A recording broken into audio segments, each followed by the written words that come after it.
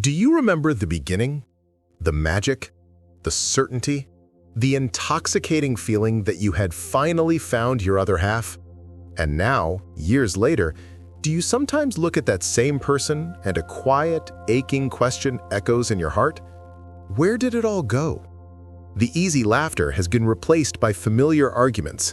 The magic has faded into a quiet, tired routine, and you feel a profound sense of loss, a grief for something beautiful that has died, a sense that your relationship has failed. What if I told you that feeling of failure is based on a profound lie? What if the magic wasn't supposed to last? Here is the most counterintuitive truth about love, one that Jung understood deeply. The end of the honeymoon phase is not the end of the relationship. It is the real beginning of love. For years, I believed that a good relationship was one without conflict. I thought the bursting of that romantic bubble meant we had failed. I blamed my partner. I blamed myself. It was only when I understood that the bubble had to burst that I found the path to the deepest, most authentic love I have ever known. In our time together today, we will walk this courageous path from romance to a true, soulful partnership.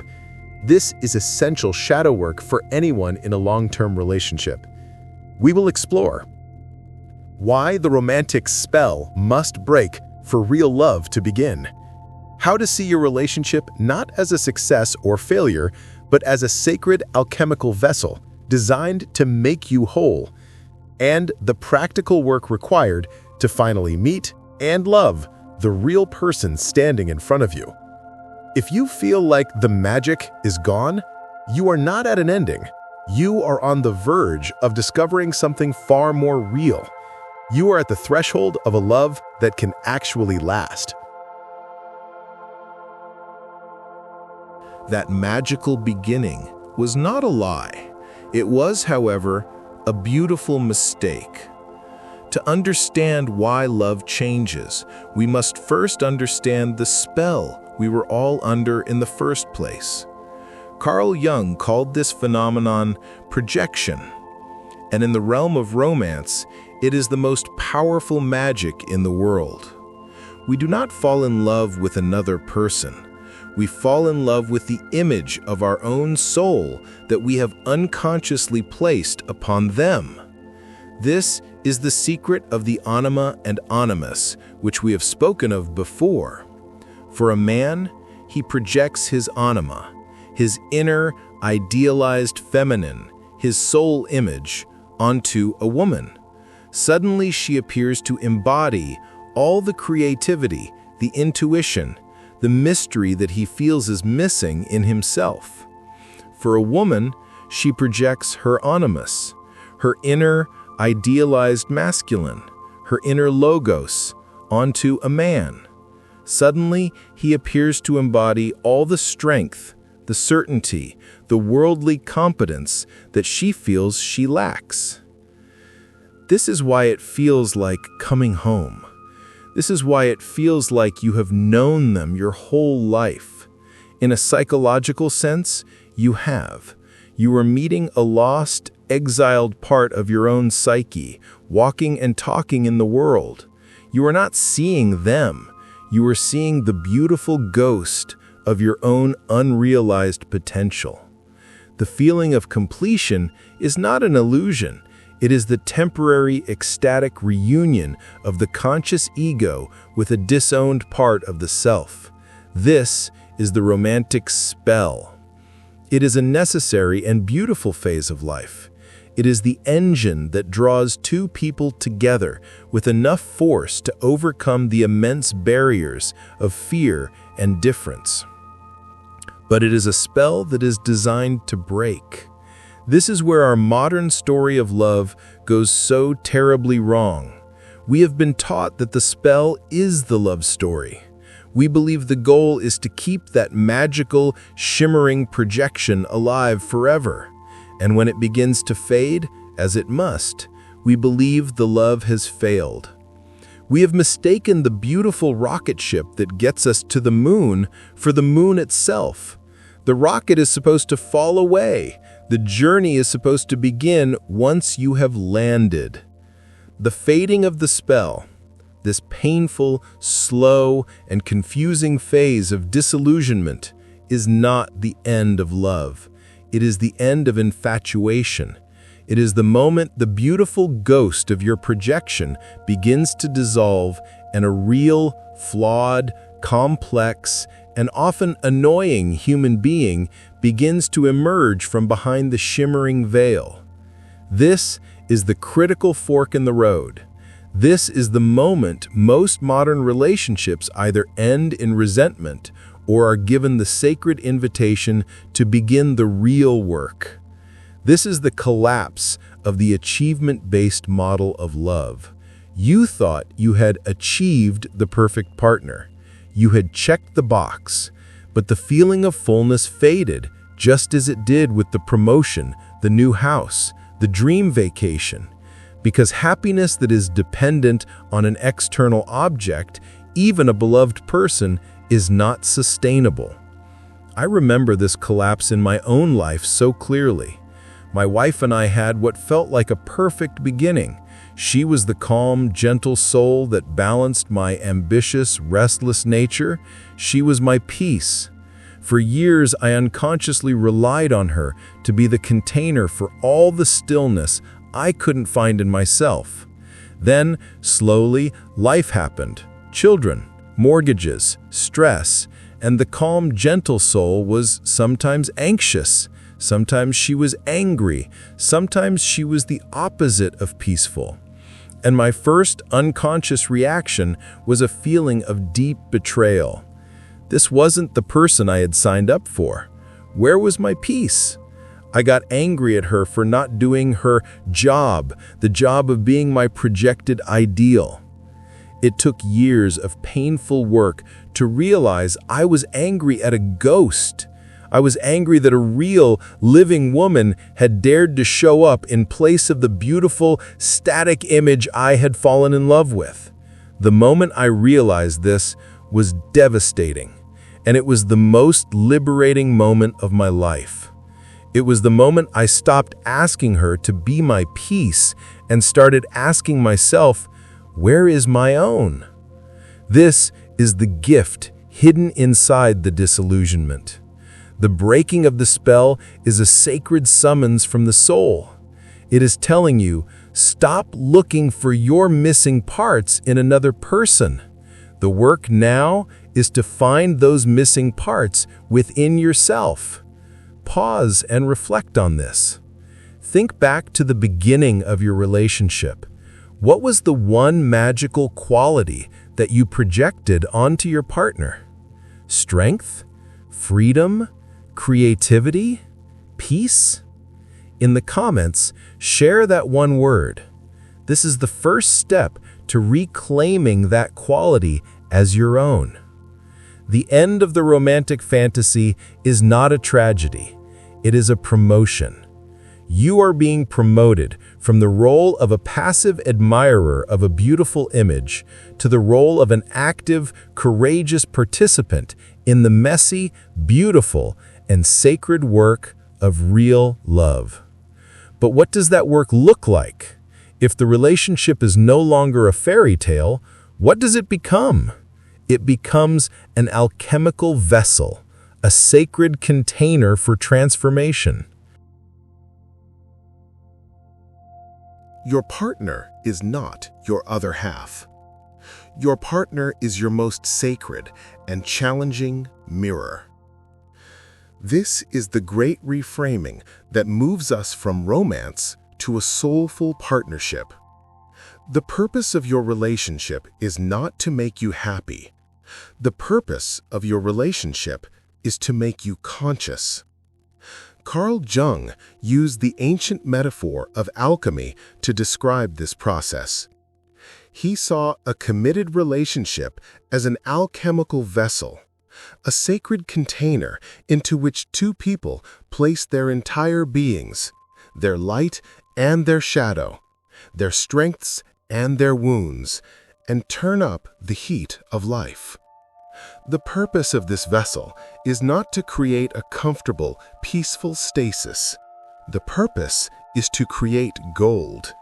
And gold, in the psychological sense, is consciousness. It is wholeness. In the romantic phase, we are only willing to put our light in the vessel. We present our best self, our shiny persona. We hide our shadow, our fears, our wounds, our neediness. But you cannot create gold from sanitized ingredients. The heat of life, the arguments about money, the stress of raising children, the exhaustion of work, inevitably causes the vessel to boil. And what boils to the surface? Everything we tried to hide, our shadow, our wounded inner child. This is the moment we feel the relationship is broken. But in the alchemical view, this is the moment the process is actually working. The lead has finally appeared. The raw material for transformation is now on the table. And this is where the mirror comes in. Your partner, simply by being themselves, becomes the perfect mirror for your own unhealed material. Their most annoying habits, their most frustrating traits, are often the very things that are uniquely designed to trigger your deepest wounds. They are not the cause of your pain. They are the messengers who have arrived to show you where your pain lives. Let me tell you a story about a couple I once knew. Let's call them Mark and Susan. Mark was a successful executive, a man of action. His persona was one of competence and control. Susan was a free spirit, an artist, more comfortable with dreams than deadlines. In the beginning, this was the magic. He was grounded, she was ethereal, a perfect projection. But years later, this became the source of all their conflict.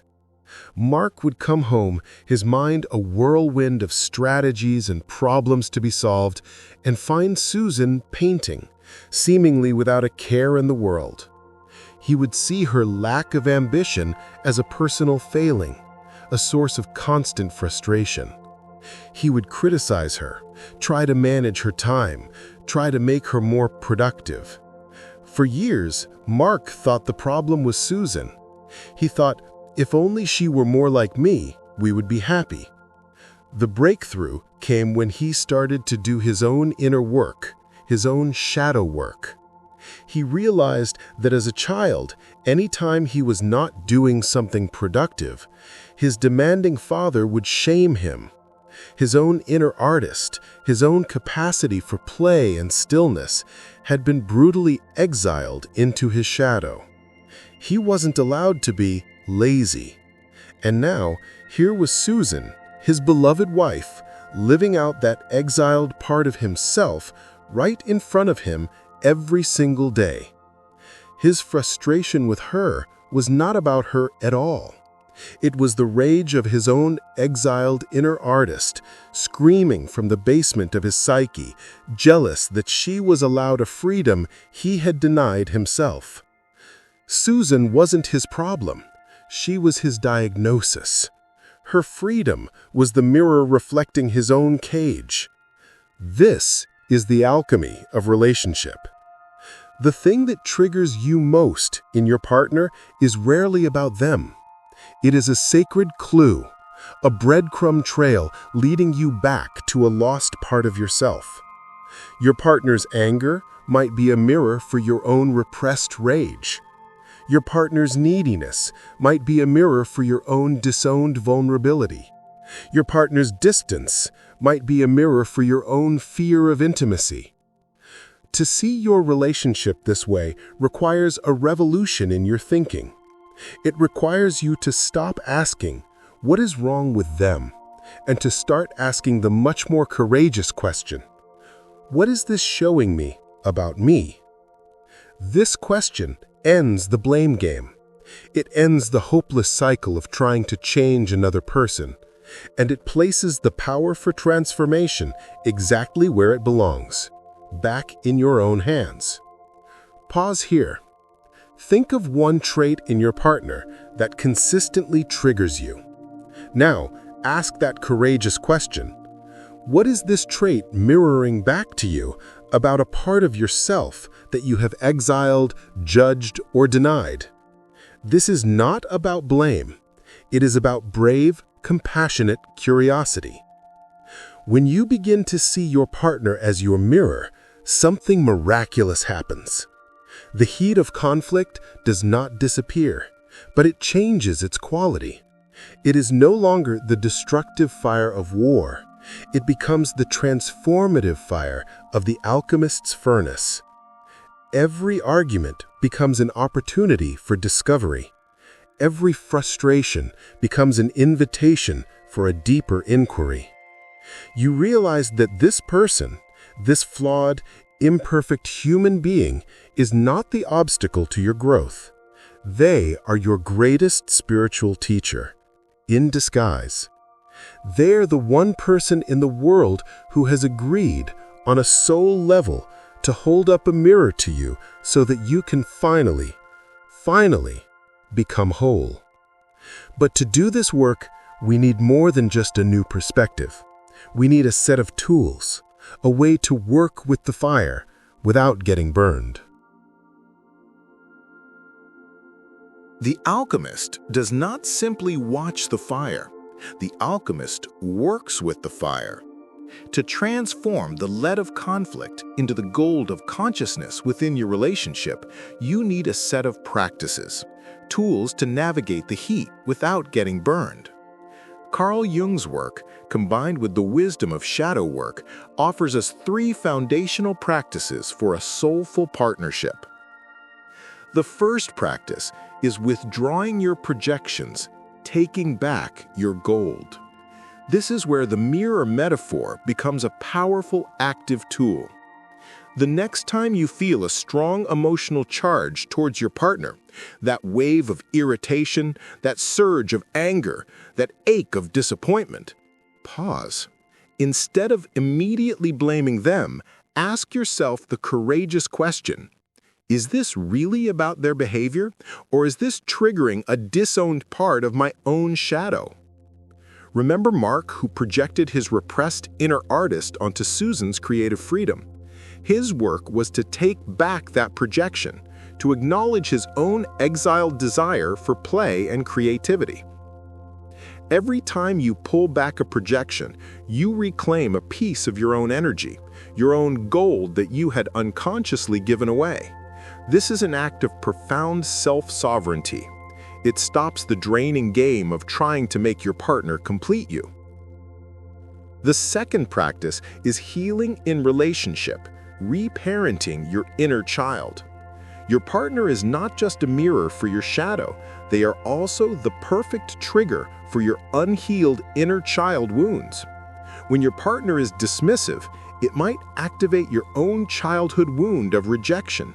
When they withdraw, it might trigger your core fear of abandonment. The work here is not for your partner to fix your wound. That is not their job. The work is for your wise adult self to step in when your inner child is triggered, to soothe that scared part of you, to give it the validation and reassurance it didn't receive back then. For example, if your partner's silence triggers your inner child's fear of abandonment, instead of lashing out, you might internally say to that scared part of you, "I see you are feeling abandoned, little one. It's okay to feel that fear. I am here now. I will not abandon us." From that grounded place, you can then communicate your needs as an adult rather than reacting from a wounded child. This is the work of transforming unconscious reactivity into conscious response. This is the ultimate self-love in action. The third practice is protecting the third, honoring the relationship itself. A committed partnership, when truly engaged in this alchemical work, creates a third entity. Not just you, not just your partner, but the relationship itself. This third is sacred. It is the container for all your shared growth, and it needs to be protected from the destructive forces of unconscious conflict. This means establishing fair fighting rules, no name-calling, no bringing up past mistakes as weapons, no threats of leaving. It means prioritizing repair over being right. It means when the heat of the alchemical vessel is high, you both consciously agree not to smash the vessel. You agree to stay in the conversation even when it is difficult, because you value the integrity of the third more than the temporary satisfaction of winning an argument. This commitment transforms arguments from destructive battles into painful but ultimately transformative opportunities for deeper understanding. These three practices are the building blocks for what Carl Jung called the inner marriage. They are the path to becoming whole within yourself. And when two individuals have done this profound inner work, what kind of partnership emerges? It is a partnership of two wholes, not two halves, desperately seeking completion. It is a dance of intimacy and autonomy. You can merge deeply, vulnerably, and genuinely with your partner because your sense of self is no longer dependent on them. You don't need them to make you whole. You choose them because you are already whole, and you choose to share your wholeness with them. This love is not about losing yourself in the other person. It is about being a secure base from which each partner can more fully become themselves. It's being able to say, "I love you, I am committed to you, and I support your journey, even when it takes you to places I don't understand." This is a love that breathes. It has room for flaws, for conflict, for individual growth. It is a real love, a soulful love, a love that has been forged in the fire of truth and therefore has the strength to last. Today, we have stood in the ruins of a beautiful fantasy, and we have discovered that this is not a place of tragedy. It is the holy ground where real love can finally begin to grow. We have walked a path from the intoxicating spell of romance, powered by the beautiful ghost of our projections, to the painful but necessary moment of disillusionment. We have learned to see this moment not as a failure, but as a sacred summons from the soul. A call to stop seeking completion in another and to begin the courageous work of becoming whole within ourselves. We have reframed our relationship, moving it from a romantic fairy tale to a sacred alchemical vessel, a container whose purpose is not just to make us happy, but to make us conscious. We have seen how our partners, in their beautiful imperfection, become the perfect mirror, reflecting back our own shadow and our own unhealed wounds, inviting us into the deeper work of our lives. And we have been given the tools of the alchemist, the foundational practices for this soulful partnership. First, the discipline of withdrawing our projections, of taking back our own gold. Second, the compassionate work of reparenting our own inner child when it is triggered in the heat of conflict. And third, the sacred commitment to protecting the third, the relationship itself, as the vessel for our shared journey.